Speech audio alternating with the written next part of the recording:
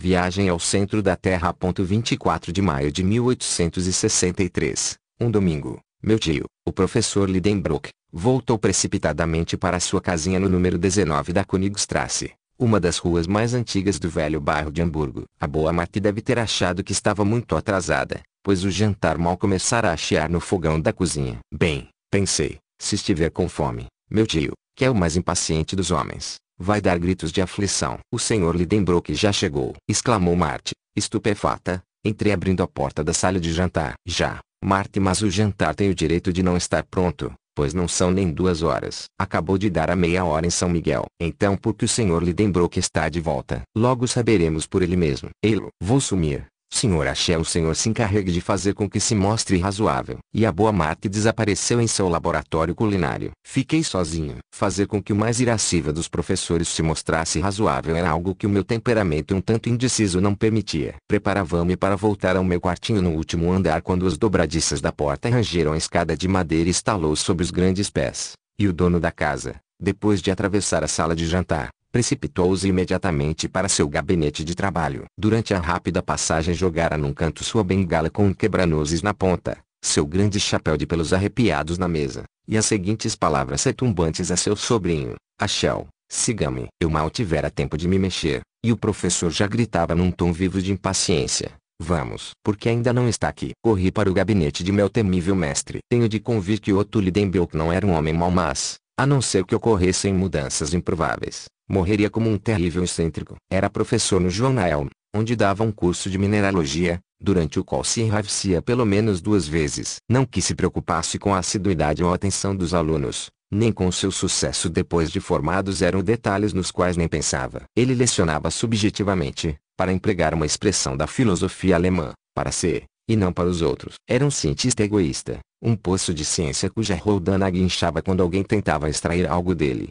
Em suma, um avaro. Há alguns professores assim na Alemanha. Infelizmente, meu tio não tinha grande facilidade de expressão, nem na intimidade, quanto mais quando falava em público, o que era um lamentável defeito em um orador. De fato, em suas palestras no Johannaelm, muitas vezes o professor parava de falar de repente. Lutava com uma palavra recalcitrante que não queria sair de sua boca, uma dessas palavras que resistem, incham e acabam saindo sob a forma pouco científica de um palavrão. Daí grandes excessos de cólera. Ora, em mineralogia, há muitas denominações semigregas, semilatinas, difíceis de pronunciar, nomes rudes que esfolariam os lábios de um poeta. Não que eu queira falar mal dessa ciência, longe de mim. Mas quando estamos diante de cristalizações romboédricas, de resinas retinas fálticas, de guelenitas, de fangasitas, de molibdênio de chumbo, de tungstato de manganésio, de titanato de zircônio, até as línguas mais bem treinadas perdem o prumo. De qualquer forma, digo e repito, meu tio era um verdadeiro cientista. Apesar de quebrar por vezes suas amostras pela sua brusquidão,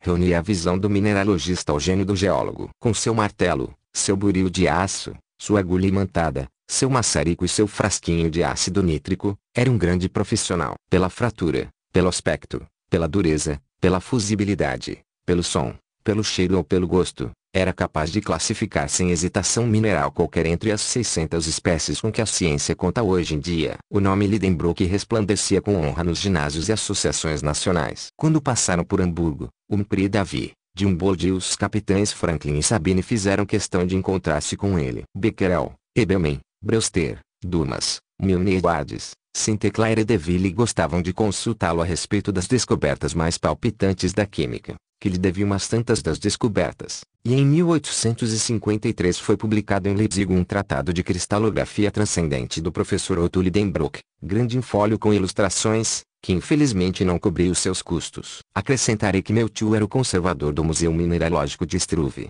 embaixador da Rússia, preciosa coleção, célebre em toda a Europa. Eis, portanto, o personagem que me interpelava com tanta impaciência. Imaginem um homem alto, magro, saúde de ferro, lourice juvenil, que fazia com que parecesse um quarentão e não o cinquentão que era. Seus olhos grandes não paravam atrás dos óculos consideráveis. Seu nariz comprido e fino parecia uma lâmina afiada. Os mexeriqueiros até pretendiam que era imantado e atraía-lhe malha de ferro. Pura calúnia. Só atraía tabaco, mas em grande abundância, para ninguém dizer que sou mentiroso. Se eu acrescentar que os passos de meu tio mediam matematicamente meia toese e se disser que, ao caminhar, Mantinha os punhos solidamente fechados, sinal de um temperamento impetuoso. Terei dito bastante para ninguém se mostrar ansioso por sua companhia. Morava em sua casinha da Königstrasse, de madeira e tijolos, em pena rendada, que dava para um dos canais sinuosos que se cruzam no meio do bairro mais antigo de Hamburgo, respeitado, felizmente, pelo incêndio de 1842. É verdade que a velha casa era um pouco inclinada e mostrava a barriga aos transeuntes. Seu teto inclinava-se sobre a orelha, como o boné de um estudante da Tugendbund. O aprumo de suas linhas deixava a desejar,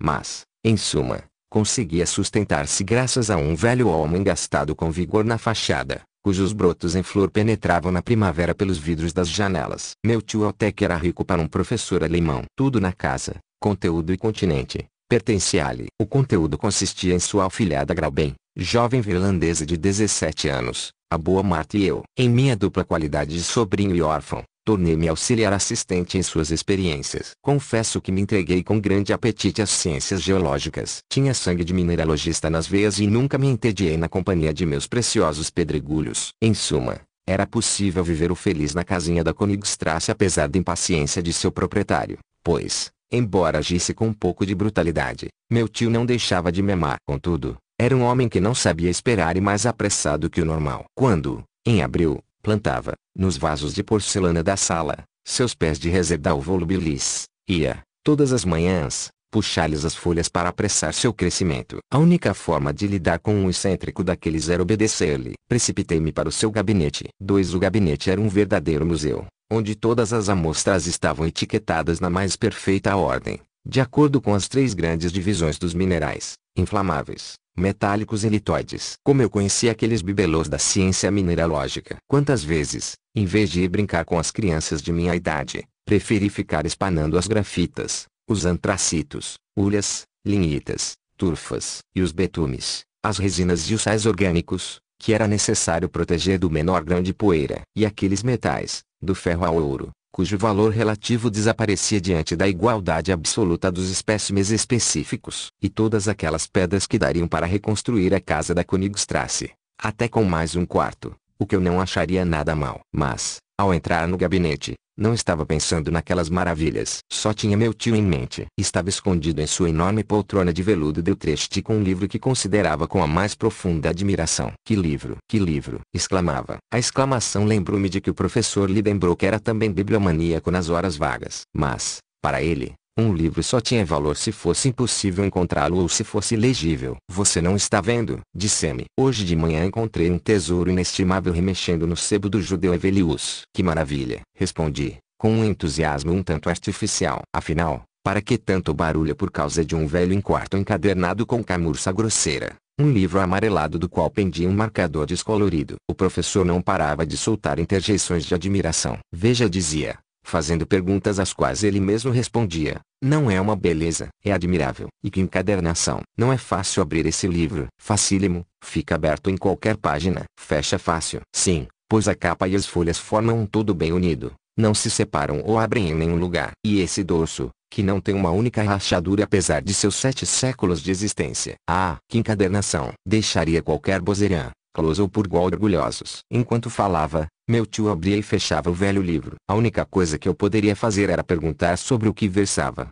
embora absolutamente não estivesse interessado. E qual o título desse volume maravilhoso? Perguntei com um ardor um tanto entusiasmado demais para ser sincero. Essa obra animou-os meu tio Owen Skringla de Snorri Sturluson, o famoso autor islandês do século XII. É a crônica dos príncipes noruegueses que reinaram na Islândia. Sério? Exclamei como pude. E, com toda certeza, é uma tradução para o alemão. Uma tradução, replicou o professor com vivacidade. Uma tradução. O que eu faria com uma tradução? Quem quer uma tradução? É a obra original em islandês. Esse idioma magnífico, ao mesmo tempo rico e simples, que permite as combinações gramaticais mais variadas e inúmeras modificações de palavras. Como alemão, insinuei, com bastante felicidade. Sim, respondeu meu tio dando de ombros. Sem contar que o islandês admite os 3 gêneros como no grego e declina os nomes próprios como no latim. Ah, minha indiferença foi um pouco abalada. E os caracteres desse livro são bonitos. Caracteres? Que caracteres? Infeliz. Caracteres. Ah, você está achando que é um impresso? Santa ignorância. É um manuscrito. E um manuscrito rúnico. Rúnico, claro. Só falta agora você pedir-me que eu lhe explique essa palavra. De jeito nenhum, repliquei no tom de um homem ferido em seu amor próprio. Mas meu tio não deu importância às minhas palavras e ensinou-me, contra a minha vontade, coisas que eu não fazia a menor questão de saber. As runas, continuou, eram caracteres de escrita empregados outrora na Islândia, que, de acordo com a tradição, foram inventados pelo próprio Odin. Olhe, admire, ímpio, esses tipos procedentes da imaginação de um deus. Como não sabia o que responder, ia me prosternar, que era uma espécie de reação que deve agradar tanto aos deuses quanto aos reis, pois tem a vantagem de nunca embaraçá-los, quando um incidente desviou o curso da conversa. Foi o surgimento de um pergaminho imundo, que escorregou do livro e caiu no chão. Meu tio precipitou-se sobre aquela ninharia com uma avidez fácil de compreender. Um velho documento encerrado desde tempos imemoriais num velho livro não podia deixar de ser muito valioso para ele. "O que é isso?" exclamou, e desdobrou cuidadosamente em sua mesa um pedaço de pergaminho de 5 polegadas de comprimento e 3 de largura,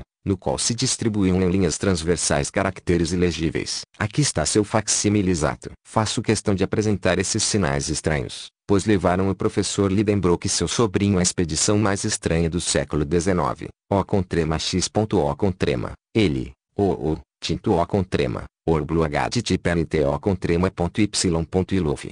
O Contrema Tibote, O Contrema e 11 Ofi O Contrema Ibo O Contrema O Contrema Otino O Contrema I, HY, O Contrema R O Contrema RRB, Ori. R.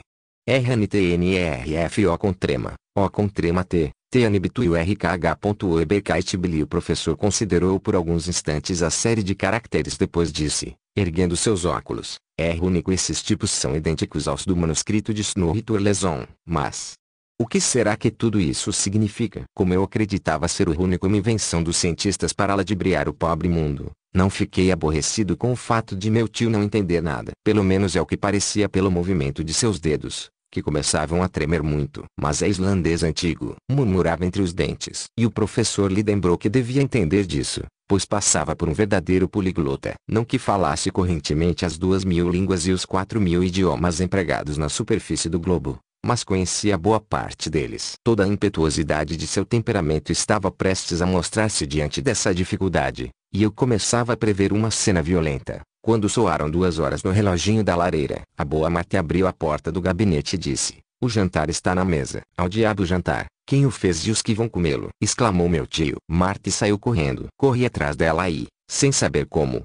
encontrei-me sentado no meu lugar habitual na sala de jantar. Esperei alguns instantes. O professor não apareceu. Era a primeira vez, que eu saiba, que ele não comparecia à solenidade do jantar. E que o jantar, uma sopa com muita salsinha, uma omelete de presunto, temperada com azedinha e noz moscada, um lombo de vitela na compota de ameixas, e, de sobremesa, camarões açucarados, tudo regado por um belo vinho do Mosel. Eis o que um papel velho custaria meu tio. É óbvio que, na qualidade de sobrinho dedicado, achei que era minha obrigação comer por ele e por mim. O que fiz conscienciosamente. "Nunca vi isso", dizia a boa Marte. "O Sr. Lidenbrock não aparecer para o jantar. Inacreditável. É o presságio de um acontecimento muito grave", continuou a velha criada, balançando a cabeça. No meu entender, aquilo não significava nada, a não ser uma cena horrorosa quando meu tio encontrasse seu jantar devorado. Estava no último camarão, quando uma voz tonitruante arrancou-me das voluptuosidades da sobremesa. Em um salto, eu estava no gabinete. "É evidente que é único", dizia o professor franzindo o senho. "Mas existe algum segredo que descobrirei,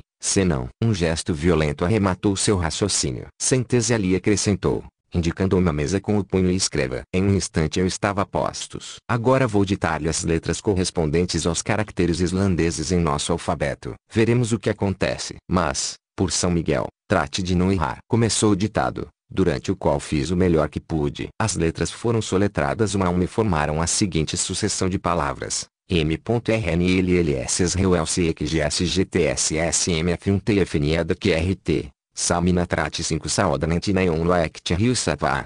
NSCRC Abskikdmi Eutufrantudt, Iacozebuked Y. Assim que concluímos o trabalho, meu tio pegou bruscamente a folha na qual eu acabara de escrever e examinou-a por muito tempo com atenção. "O que quer dizer isso?" repetia maquinalmente. Juro que eu não saberia explicar-lhe. Aliás, ele não estava me perguntando nada e continuou a falar consigo mesmo. "É o que chamamos de criptograma", dizia, "no qual o sentido está escondido nas letras misturadas de propósito e que, dispostas adequadamente, formariam uma frase inteligível. Quando penso que talvez esteja diante da explicação ou da indicação de uma grande descoberta. Quanto a mim, achava que aquilo não queria dizer nada, mas não ousava formular minha opinião. Então, o professor pegou o livro e o pergaminho e comparou-os. As letras não pertencem à mesma pessoa, disse. O criptograma é posterior ao livro. É irrefutável. A primeira letra é um M duplo que se procurava em vão no livro de Turleson, pois só foi adicionada ao alfabeto islandês no século XIV. Desta forma, há pelo menos 200 anos entre o manuscrito e o documento. Isso me pareceu bastante lógico. Sou levado a pensar, continuou meu tio, que um dos proprietários desse livro traçou esses caracteres misteriosos. Mas quem diabo era esse proprietário? Não teria escrito seu nome em algum lugar do manuscrito? Meu tio ergueu os óculos, pegou uma lupa potente e, com todo cuidado, passou em revista as primeiras páginas do livro. No verso da segunda, a do anterosto, descobriu uma espécie de mácula que parecia uma mancha de tinta. No entanto, examinando-os com maior cuidado, era possível distinguir alguns caracteres semi-apagados. Meu tio achou ter descoberto um ponto interessante de TVZ na mácula e, com auxílio de sua enorme lupa, acabou reconhecendo os seguintes sinais, caracteres rúnicos, que leu sem hesitar. Arne Saknussemm, exclamou com um ar de triunfo. Isso é que é nome, e ainda por cima um nome islandês, de um cientista do século XVI, célebre alquimista. Eu olhava para o meu tio com uma certa admiração. Esses alquimistas, continuou, Avicenna, Bacon, Lully, Paracelso, eram os únicos e verdadeiros cientistas de seu tempo. Fizeram descobertas que nos surpreendem até hoje. Por que não teria esse Saknussemm escondido sob esse criptograma incompreensível alguma invenção surpreendente? Deve ser isso. Deve ser. Essa hipótese estimulava a imaginação do professor. Com certeza ousei responder. Mas que interesse teria o sábio em esconder dessa forma sua maravilhosa descoberta? Que interesse? Que interesse? E eu sei, Galileu não agiu da mesma forma com Saturno. Além disso, logo saberemos. Descobrirei o segredo desse documento e não comerei nem dormirei antes de tê-lo adivinhado. Oh, pensei. Nem você, Axel ordenou. Que diabo? Disse para mim mesmo. Ainda bem que comi por dois. Antes de mais nada, falou meu tio, precisamos encontrar a chave dessa cifra. Não deve ser difícil. Ao ouvir essas palavras, ergui a cabeça bruscamente. Meu tio continuou seu solilóquio. Nada mais fácil. Nesse documento há 132 letras, 79 consoantes e 53 vogais. Ora, as palavras das línguas meridionais são formadas mais ou menos nessa proporção, enquanto os idiomas do norte são infinitamente mais ricos em consoantes. Trata-se, portanto, de uma língua do sul. Suas conclusões eram extremamente corretas. Mas que língua é essa? É isso que eu queria saber de meu cientista, no qual acabara de descobrir um profundo analista. Saknussemm era um homem culto, continuou. Ora, já que não estava escrevendo em sua língua materna, deve ter escolhido de preferência a língua corrente entre as mentes cultas do século XVI, ou seja, o latim. Se eu estiver enganado, poderei tentar o espanhol, o francês, o italiano, o grego e o hebraico. Mas os cientistas do século XVI escreviam geralmente em latim. Tenho, portanto, o direito de dizer a priori, é latim. Dei um pulo na cadeira. Minhas lembranças de latinista revoltavam-se ante a pretensão de pertencer a essa sequência de palavras barrocas à doce língua de Virgílio. Claro, latim, continuou meu tio, mas latim misturado. Ainda bem, pensei, e haja sutileza para destrinçá-lo. Examinemos com cuidado, disse, tornando a pegar a folha na qual eu escrevera. Eis uma série de 132 letras em aparente desordem. Há palavras formadas apenas de consoantes, como a primeira, murmus, outras em que, ao contrário, há uma abundância de vogais. A quinta, por exemplo, um terete ou antepenúltima, o zebo. Ora, é evidente que essa disposição não foi elaborada, é apresentada matematicamente pela razão desconhecida que presidiu a sucessão dessas letras. Parece-me certo que a frase primitiva tenha sido escrita normalmente e depois invertida de acordo com uma lei que temos de descobrir. Assim que possuirmos a chave da cifra, poderemos lê-la correntemente. Mas qual é a chave? Você sabe, Axel? Não respondi a essa pergunta pela seguinte razão. Meu olhar detiverá-se num encantador retrato pendurado na parede. O retrato de Grauben. A pupila de meu tio encontrava-se então em Altona, na casa de um de seus parentes, e sua ausência deixava-me bem triste, pois, devo confessar, a jovem irlandesa e o sobrinho do professor amavam-se com toda a paciência e a tranquilidade alemãs. Havíamos ficado noivos à revelia de meu tio, geólogo demais para compreender tais sentimentos. Grauben era uma loura encantadora de olhos azuis, temperamento um tanto grave, caráter um tanto sério. Mas não era por isso que gostava menos de mim. Eu simplesmente adorava, se é que esse verbo existe na língua germânica. A imagem de minha pequena irlandesa transportou-me num instante do mundo das realidades ao mundo dos sonhos, das lembranças. Revia minha fiel companheira de trabalho e de prazer. Todo dia ajudava-me a arrumar as preciosas pedras de meu tio. Ela as etiquetava comigo. A senhorita Grauben era uma mineralogista e tanto. Poderia dar aulas a mais de um cientista. Gostava de aprofundar as questões mais difíceis da ciência. Quantas horas passamos estudando juntos. E quantas vezes invejei aquelas pedras insensíveis que ela tocava com suas mãos encantadoras. Depois, nos momentos de folga, saíamos os dois para percorrer as aleias frondosas e austeríamos juntos ao velho moinho alcatroado, tão lindo no canto do lago. Enquanto andávamos, conversávamos de mãos dadas. Contava-lhe coisas que a faziam rir com gosto. Chegávamos assim até a beira do Elbaí. Depois de cumprimentarmos os cisnes que nadam entre os grandes nenúfares brancos, voltávamos ao cais com o barco a vapor. Estava nesse ponto do meu sonho, quando meu tio me trouxe de volta à realidade, batendo com o punho na mesa. Vejamos, disse. A primeira ideia que temos ao tentarmos misturar as letras de uma frase é, acho, escrever as palavras na vertical, em vez de na horizontal. Perfeito, pensei. Temos de verificar o que isso dá. Achou. Escreva uma frase qualquer num pedaço de papel, mas, em vez de colocar as letras uma após a outra, coloque-as sucessivamente em colunas verticais, de forma a agrupá-las em 5 ou 6. Imediatamente escrevi de cima para baixo, IUHURNUM, AIA. AUEMPNUEIABMTNQGI, bem, disse o professor sem ter lido. Agora disponha essas letras numa linha horizontal. Obedeci e consegui a seguinte frase. MTNQGU não. AIALAMPINUIAB. Perfeito, considerou meu tio, arrancando-me o papel das mãos. Já parece com o velho documento. As vogais e as consoantes estão agrupadas na mesma desordem, tem até maiúsculas e vírgulas no meio das palavras, como no pergaminho de Saknussemm. Não pude evitar achar as observações bastante engenhosas. Ora, continuou meu tio, dirigindo-se diretamente a mim, para ler a frase que você acabou de escrever e que não conheço, basta que eu pegue sucessivamente a primeira letra de cada palavra, depois a segunda, depois a terceira e assim por diante. E para sua grande surpresa e principalmente para minha, meu tio leu. Eu a amo muito, minha pequena Grauben. O quê? Espantou-se o professor. Sim, sem perceber, como apaixonado desastrado, traçar aquela frase comprometedora. Ah, você gosta de Grauben? Retomou meu tio, num tom de verdadeiro tutor. Sim. Não. Balbuciei. Ah, você ama Grauben? Continuou maquinalmente. Muito bem. Apliquemos esse método ao documento em questão. Voltando a cair em sua contemplação absorta,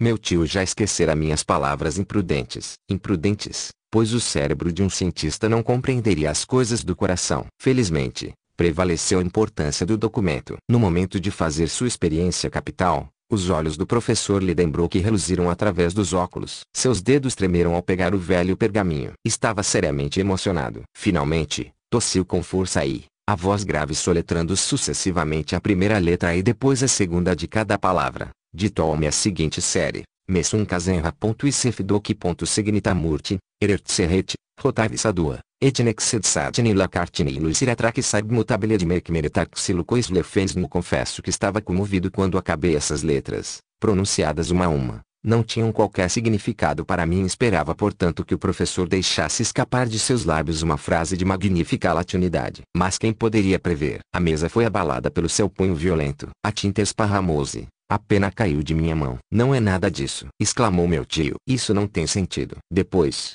atravessando o gabinete como uma bala, descendo as escadas como uma avalanche, precipitou-se para Königstrasse e, num instante, desapareceu. 4 Ele saiu? Exclamou Marte, acorrendo ao barulho da porta da rua, que abalou a casa inteira pela violência com que foi fechada. Saiu mesmo, respondi. E o almoço? Resmungou a velha criada. Não vai almoçar. E o jantar? Não vai jantar. Como? Disse Marte, unindo as mãos. Minha boa Marte, ele não vai mais comer, nem ninguém nesta casa. Meu tio Lidenbrock vai obrigar-nos a todos nesta casa a jejuar até decifrar aquele pergaminho indecifrável. Jesus, vamos todos morrer de fome. Não ousei confessar que, com um homem tão fanático quanto meu tio, era um destino inevitável. Seriamente alarmada, a velha criada voltou para a cozinha gemendo. Quando fiquei sozinho, passou-me pela cabeça ir contar tudo a Grauben. Mas como sair de casa? O professor podia voltar a qualquer momento. E se me chamasse? E se quisesse recomeçar o trabalho logogrífico que poderia ser proposto em vão ao velho Édipo? E se eu não acorresse a seu chamado?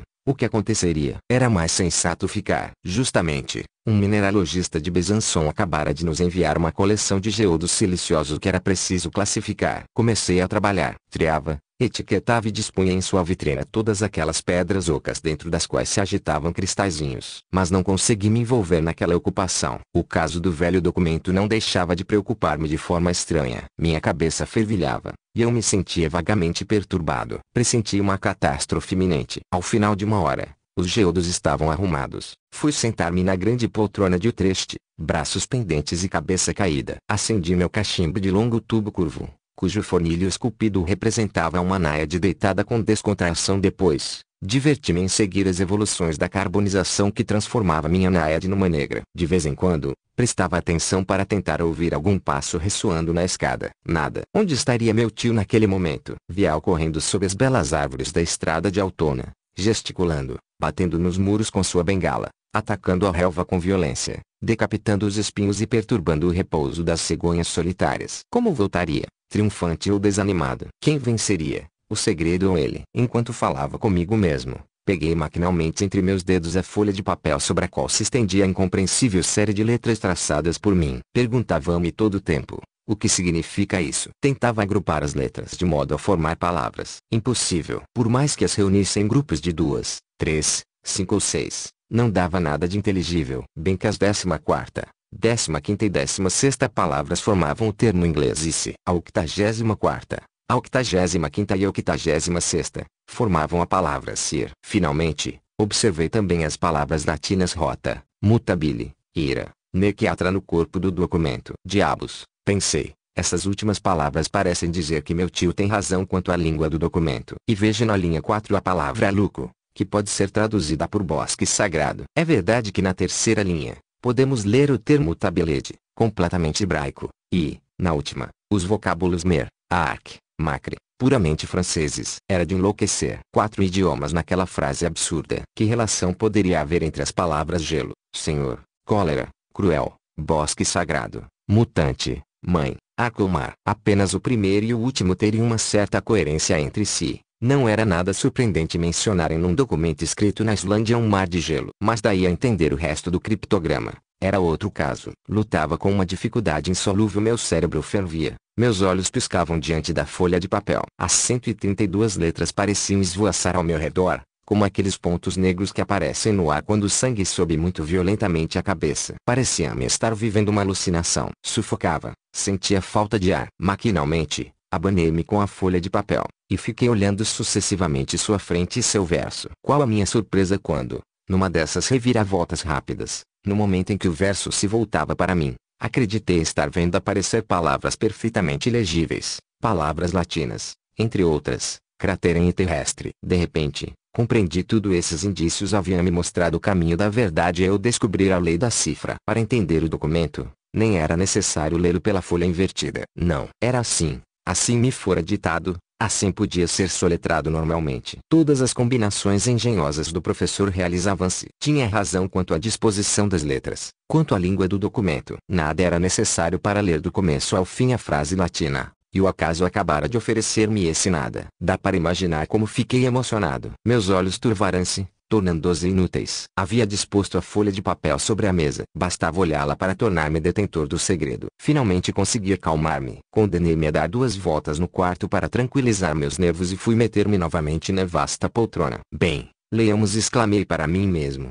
após ter abastecido meus pulmões com muito ar. Debrucei-me sobre a mesa e colocava meu dedo sobre cada letra e, sem parar, sem hesitar, pronunciei a frase inteira em voz alta. Por que estupefação! Por que desvario fui invadido? Sentia-me como que atingido por um raio. O que eu acabara de saber acontecera. Um homem tivera audácia suficiente para penetrar. Ah, não! Exclamei dando um pulo. Não, não, meu tio não saberá disso. Só faltava ele saber de tal viagem. Vai querer fazê-la. Nada conseguirá detê-lo. Um geólogo tão determinado vai fazê-la de qualquer forma, apesar de tudo, a despeito de tudo. E vai levar-me com ele. E nós não voltaremos. Nunca, nunca. É difícil descrever minha excitação. Não, não, de jeito nenhum, disse com energia. E como não posso evitar que meu tirano tenha tal ideia, vou fazê-lo. De tanto virar e revirar esse documento, vai acabar descobrindo sua chave. Vou destruí-lo. Ainda havia brasas na lareira. Peguei não somente a folha de papel, como também o pergaminho de saco nas mãos febris, e a jogar tudo sobre os carvões e aniquilar o segredo perigoso. Quando a porta do gabinete abriu-se, meu tio apareceu.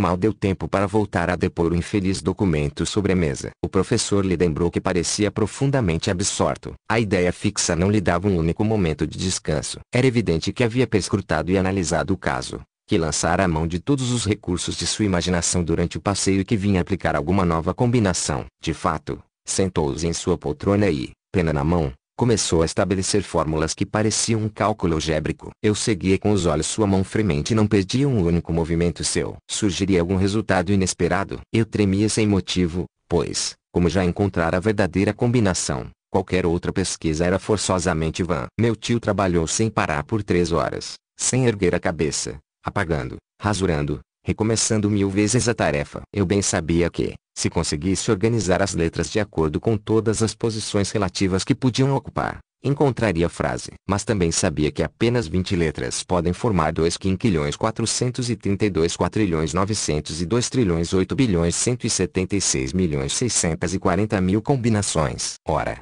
havia 132 letras na frase, e essas 132 letras davam um número de frases diferentes composto de 133 números pelo menos. Número quase impossível de enunciar e que escapa a qualquer avaliação. Fiquei mais tranquilo com esse meio heróico de resolver o problema. O tempo passou. A noite caiu. Os ruídos da rua diminuíram. Ainda debruçado em sua tarefa, meu tio nada viu. Nem mesmo a boa Marty, que entreabriu a porta, nada ouviu. Nem mesmo a voz da digna criada, que disse: "O senhor não vai jantar hoje." Marty teve que ir embora sem resposta. Quanto a mim, após ter resistido por algum tempo, fui tomado por um sono invencível e adormeci num canto do canapé, enquanto meu tio Lidenbrock continuava a calcular e rasurar. Quando acordei no dia seguinte, o trabalhador incansável continuava em suas pesquisas. Olhos vermelhos, rosto lívido, cabelos despenteados por suas mãos febris, maçãs do rosto avermelhadas, indicavam sua terrível luta contra o impossível e o cansaço mental, contra o esforço cerebral das últimas horas. Fiquei realmente com pena dele. Embora eu achasse que tinha o direito de censurá-lo,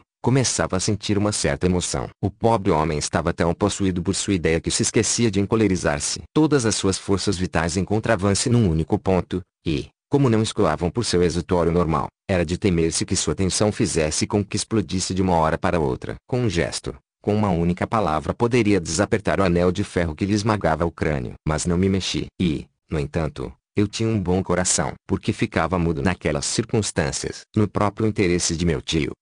Não, repetia, não falarei. Vai querer ir até lá, conheço-o bem, nada o deterá. Tem uma imaginação vulcânica e, para fazer o que os outros geólogos não fizeram, arriscaria sua vida. Não falarei nada. Guardarei esse segredo que me foi revelado por acaso. Revelá-lo seria matar o professor Lidenbrock. Ele que adivinhe, se conseguir. Não quero carregar a culpa de tê-lo conduzido à perdição.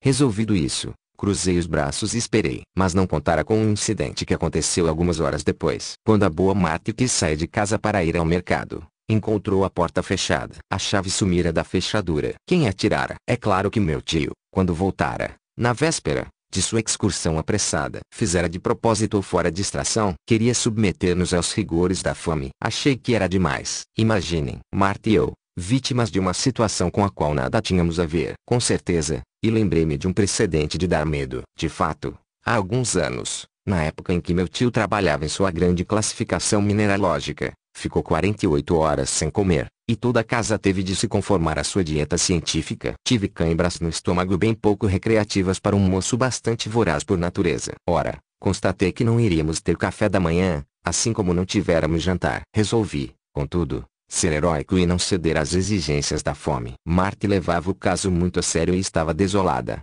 pobre mulher. Já eu estava mais preocupado com a impossibilidade de sair de casa, e com razão. Estou certo de que todos me compreenderão. Por volta do meio-dia, comecei realmente a sentir fome. Muito inocentemente, Marty devorara na véspera as provisões da despensa. Não havia mais nada em casa. Assim mesmo, resisti. Era uma espécie de questão de honra. Deram 2 horas. Aquilo começava a tornar-se ridículo e até intolerável. Esbugalhava os olhos. Começava a achar que havia exagerado na importância do documento, que meu tio não acreditaria em minhas deduções, que só veria nelas uma simples mistificação, que, na pior das hipóteses, conseguiria detê-lo contra sua vontade se quisesse arriscar a aventura e que, finalmente, ele mesmo poderia descobrir a chave da cifra, o que tornaria minha abstinência completamente inútil. Esses motivos, que eu teria rejeitado na véspera com indignação, Pareceram-me excelentes. Achei até completamente absurdo ter esperado por tanto tempo e decidi contar tudo. Procurava, portanto, uma forma de entrar no assunto que não fosse muito brusca. Quando o professor levantou-se, enfiou o chapéu e preparou-se para sair. O quê? Sair de casa e deixar-nos trancados? Nunca. Meu tio. Chamei. Não pareceu ter me ouvido. Meu tio Lidenbrock. Repeti, falando mais alto. Resmungou como um homem que acaba de despertar. Então, e a chave? Que chave? A chave da porta. Não, exclamei. A chave do documento. O professor encarou-me por cima dos óculos, sem dúvida notara algo de insólito na minha fisionomia, pois agarrou ao meu braço e, sem conseguir falar, interrogou-me com o olhar. No entanto, nunca uma pergunta foi formulada mais claramente. Concordei com a cabeça. Ele sacudiu a sua mão com uma espécie de piedade, como se estivesse falando com um louco. Fiz um gesto ainda mais afirmativo. Seus olhos brilharam, sua mão tornou-se ameaçadora. Essa conversa muda naquelas circunstâncias interessaria o espectador mais indiferente. E realmente começava a achar que não ousaria falar, pois temia que meu tio me sufocasse com seus primeiros abraços de alegria. Mas ele estava tão ansioso que tive de responder. Sim, essa chave. O acaso? O que você está dizendo? Exclamou com uma emoção indescritível. Veja, eu disse, apresentando-lhe a folha de papel na qual havia escrito. Leia. Mas isso não quer dizer nada, respondeu amarrotando a folha. Não quer dizer nada se começarmos a ler pelo começo, mas lendo a partir do fim. Mal havia terminado a frase, e o professor já dava um grito. Mais do que um grito, um verdadeiro rugido. Acabara de ter a revelação. Estava transfigurado. Ah, engenhoso Saknussemm! Exclamou. Então você escreveu a frase ao contrário. E precipitando-se para a folha de papel, olhar turvo, voz emocionada, leu o documento inteiro, seguindo da última letra até a primeira. Eram esses os termos da mensagem. Insneface oculis craterem quem delibate umbres cartaris julii intra calendas descende, audas viator, et terrestres centrum atinges. Confessi. Arne Saknussemm. Em mau latim pode ser traduzido dessa maneira: dessa cratera de oculo dos Nefeus, que a sombra dos cartaris vem acariciar antes das calendas de julho, viajante audacioso, e chegarás ao centro da terra. Foi o que fiz. Arne Saknussemm. Ao final da leitura, meu tio pulou como se tivesse tocado sem querer numa garrafa de leite. Estava magnífico em sua audácia, alegria e convicção. E vinha, pegava a cabeça com as duas mãos, tirava as cadeiras do lugar, empilhava livros, fazia malabarismos com seus preciosos geodos. O que parecia inacreditável, batia com o punho aqui, dava um tapa acolá. Finalmente acalmou-se e, como um homem esgotado por um grande desperdício de energia, voltou a cair em sua poltrona. Que horas são, afinal? Perguntou após alguns minutos de silêncio. 3 horas, respondi. Que coisa! Digeri o almoço depressa demais. Estou morrendo de fome. Vamos comer. Depois. Depois, vá fazer minha mala. O quê? Exclamei. E a sua também, respondeu o implacável professor, entrando na sala de jantar. Vi ao ouvir essas palavras, senti um arrepio percorrer todo o meu corpo, mas me contive. Resolvi até parecer tranquilo. Somente argumentos científicos poderiam deter o professor Lidenbrock. Ora, havia muitos e bons contra a possibilidade de tal viagem. Ir ao centro da Terra. Que loucura! Guardei minha dialética para o momento oportuno e tratei de comer. Inútil mencionar as imprecações de meu tio contra a refeição pobre, mas acabou acatando as explicações. A boa Marte foi libertada. Ela correu ao mercado e abasteceu tão bem a casa que 1 hora depois, já sem fome, voltei e consegui pensar em todas as implicações da situação. Meu tio estava quase alegre durante a refeição, soltava algumas piadinhas de cientista que nunca são demasiadamente perigosas. Após a sobremesa, fez-me um sinal para que o acompanhasse ao gabinete. Obedeci. Ele sentou-se numa ponta de sua mesa de trabalho, eu na outra. Achel, disse-me, numa voz bastante suave, você é um rapaz muito esperto. Prestou-me um grande favor quando eu, extenuado, ia abandonar as pesquisas. Para onde eu seria levado? Ninguém sabe. Nunca me esquecerei disso,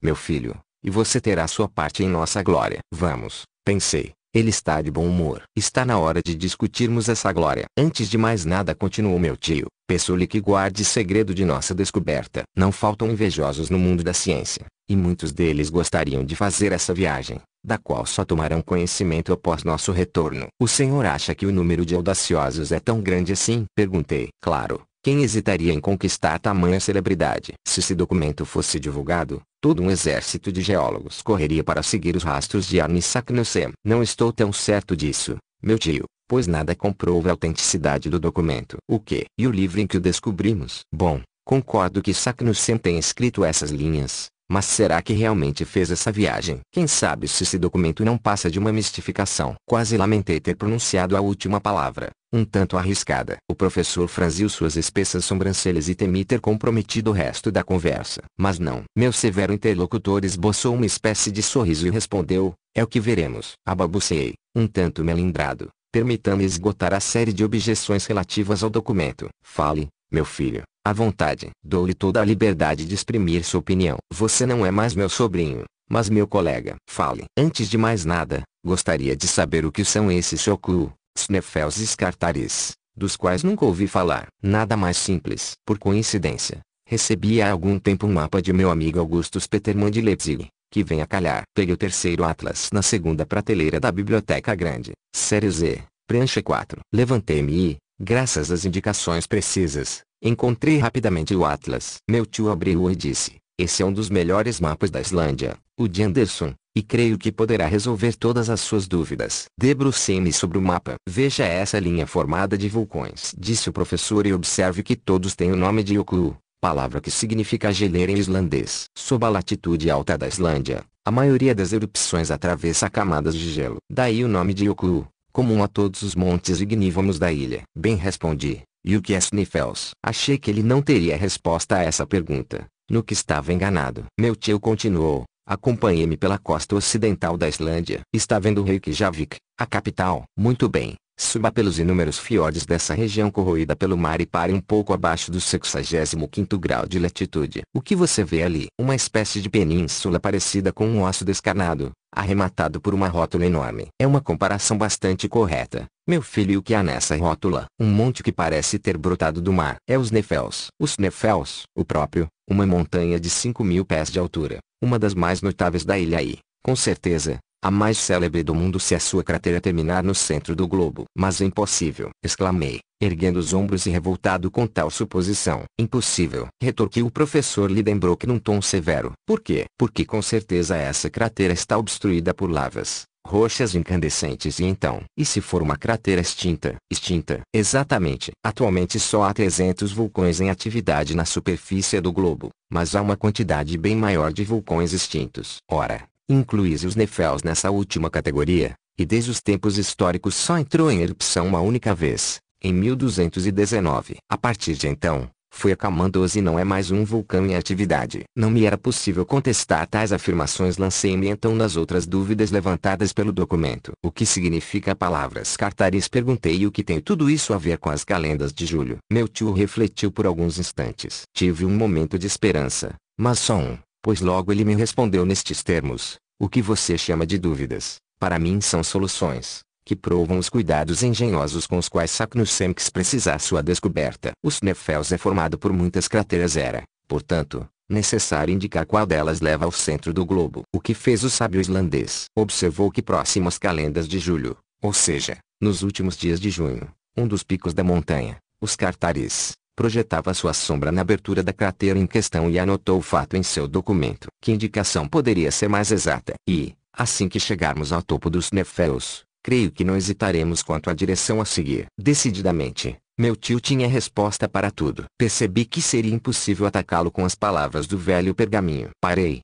portanto, de atormentá-lo a esse respeito, e como era preciso, antes de mais nada, demovê-lo da ideia da viagem, passei as objeções científicas que achava bem mais graves. Tudo bem, disse. A frase de Saknussemm é clara e não deixa qualquer dúvida. Concordo até que o documento pareça autêntico. Esse cientista foi ao fundo dos Sneffels, viu a sombra dos Scartaris acariciar as bordas da cratera antes das calendas de julho, até ouviu lendas de seu tempo que afirmavam a cratera dar no centro da Terra, mas que ele próprio tenha ido ao centro da Terra e voltado. Não acredito, não acredito mesmo. E por quê? Quis saber meu tio num tom de mofa. Todas as teorias da ciência demonstram que tal aventura é impraticável. As teorias provam isso, respondeu o professor com um ar de benevolência. Ah, que teorias malvadas. Como essas teorias nos atrapalham. Percebi que estava zombando de mim, mas assim mesmo continuei. Claro, está provado que o calor aumenta em 1 grau a cada 70 pés de profundidade da superfície do globo, admitindo-se essa proporcionalidade constante. E sendo o raio terrestre de 1.500 léguas,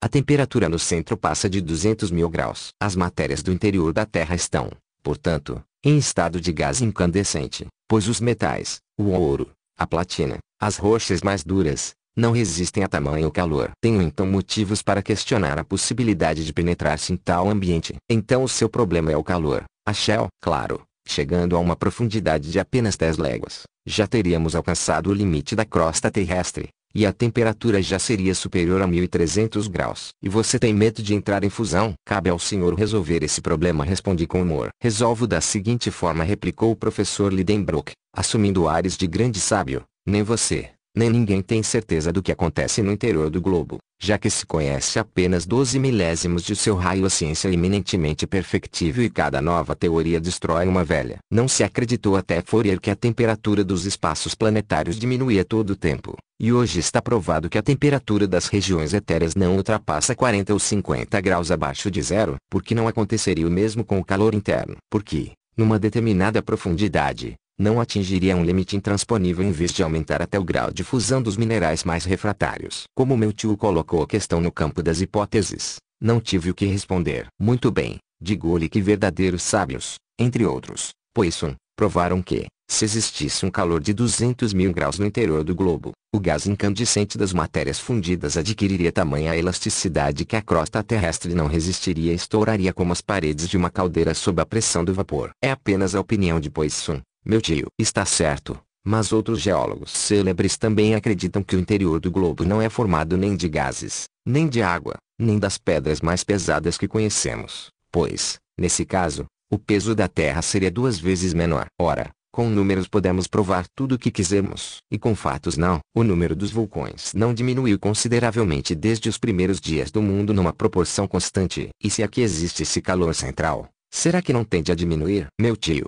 se o senhor entrar no campo das suposições, não teremos mais como discutir. Mas eu digo que gente muito competente é da mesma opinião que eu. Lembrasse de quando o célebre químico inglês Humphrey Davy me visitou em 1825. Não posso lembrar, só nasci 19 anos depois. Bem, Humphrey Davy veio me visitar quando passou por Hamburgo. Ficamos conversando por um bom tempo e, entre outros problemas, discutimos a hipótese da liquidez do interior da Terra. Ambos concordávamos que essa liquidez não podia existir por uma razão que a ciência nunca conseguiu encontrar. Qual? Essa massa líquida estaria sujeita, como o oceano, à atração da Lua, e, consequentemente, 2 vezes por dia existiriam marés internas que, ao erguerem a crosta terrestre, provocariam terremotos periódicos. É, no entanto, certo que a superfície do globo foi submetida à combustão.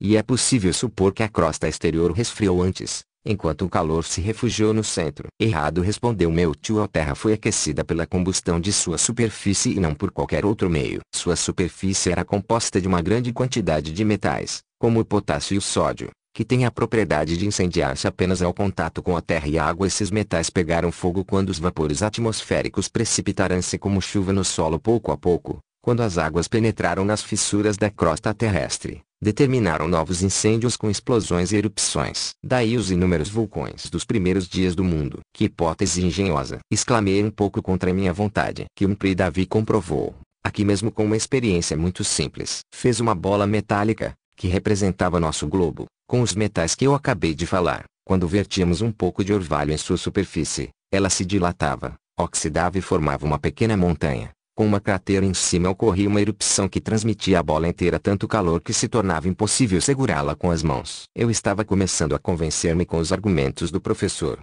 temperados, aliás, por seu ardor e entusiasmo habituais. Como você vê, a Shell acrescentou, o estado do núcleo central inspirou muitas hipóteses aos geólogos. Nada menos comprovado que o calor interno eu acho que não existe, nem poderia, é o que veremos. E, como Arne Saknussemm, saberemos em que nos basear a respeito desse grande problema. É claro, respondi, sentindo-me atingido pelo entusiasmo. Veremos se enxergarmos. Por que não enxergaríamos? Podemos contar com fenômenos elétricos para iluminar nosso caminho e até com a atmosfera que sua pressão pode tornar luminosa a aproximação do centro. Claro, claro. Concordei. Afinal, isso bem pode ser possível. É mais do que certo, respondeu triunfalmente meu tio. Mas silêncio. Entendeu? Silêncio sobre tudo isso para que ninguém tenha a ideia de descobrir o centro da Terra antes de nós. 7. Assim terminou a memorável sessão que muito me citou. Saí do gabinete do meu tio completamente perdido, e não havia ar suficiente nas ruas de Hamburgo para que eu me recuperasse. Fui até as margens do Elba, junto à barcaça a vapor que liga a cidade à estrada de ferro de Harburg. Estava realmente convencido, não fora subjugado pelo professor Lidenbrock, deveria levar a sério sua decisão de ir ao centro do maciço terrestre. Acabara de ouvir as especulações insensatas de um louco ou as deduções científicas de um grande gênio. Quais eram os limites entre a realidade e o erro? Flutuava entre mil hipóteses contraditórias sem conseguir me agarrar a nenhuma.